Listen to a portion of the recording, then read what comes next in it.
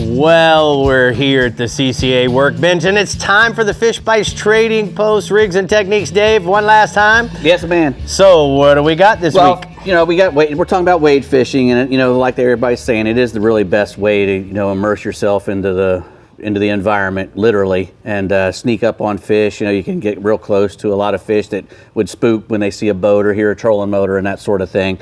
So it's a really cool way to go fishing. First thing you gotta do is you gotta have a place where you can do it that has a nice hard bottom, a nice sandy bottom. You don't want to mess with the mud.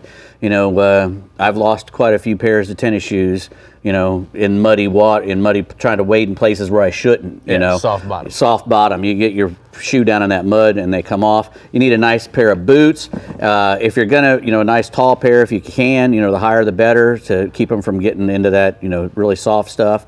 And a good pair of Converse tennis shoes. That's what I normally would wear because you can lace them all the way up to the top and tie them up real tight, yeah. And they won't come off. You got to be careful though because you'll get the squeeze. If you're wading in really deep water, above your belly, your feet get that squeeze on you, and if you got your shoes on real tight, you get cramps in your feet, which used to happen to me a lot. Rods and reels, you want something that's a little more water resistant for sure. That Van Staal VR50 there on a Fenwick rod, that's a bass rod. You want something to like 7 feet, if preferably 6'6" or 7 feet with a really fast tip so you can make really long casts. The longer you cast, the more grounds you can cover. Or you could use a bait caster. You need something that's going to be really water resistant because you're going to be in the water. It's sealed. It's sealed. It's aluminum construction.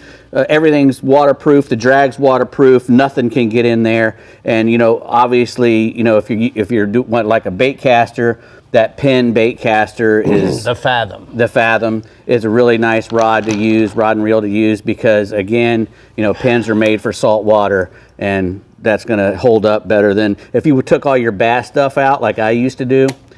You got to really almost dismantle it and rinse it really well because once that thing goes into the salt water, if it's not made for salt water like all the Penn stuff is, you're gonna have a corrosion problem. That's correct. So a lot of the lures that we want to use, I like using top water stuff when I'm wade fishing. I just really like that whole bite. I can see the bite and stuff. And it works really well for the trout and the reds that I'm usually targeting. Also, you can use, that's a Jaywalker there, but the Savage Gear Twitch Reaper is great. We get these big schools of mullet in the Indian River and Banana River, and you throw that thing near a mullet school and twitch it around.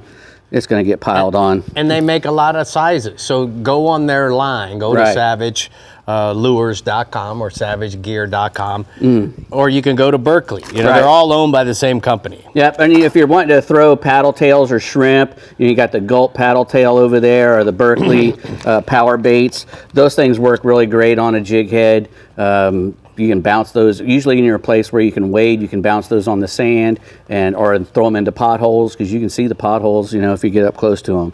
And those are really great, really great. I was talking earlier about, how to have the nice boots and stuff. I used to, when I was wading a lot, I would go buy the cheapest waders if I was in the wintertime.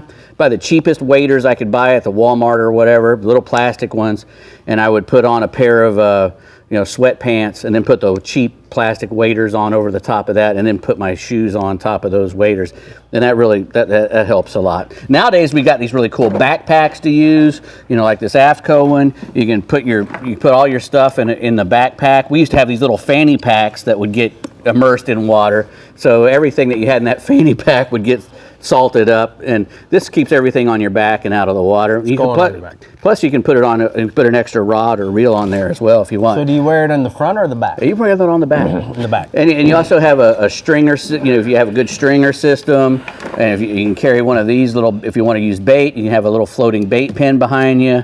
And you want to make sure that you have a good fish gripper of some sort because you're going to be in the water and you want to be able to control the fish to either to let him go or to keep him. That Gomexis is the way to go. That Gomexis is very nice. Thank you so much. That was really good. It was fast. Way to do it, Dave. Fast, so fast, thorough. fast. Fast.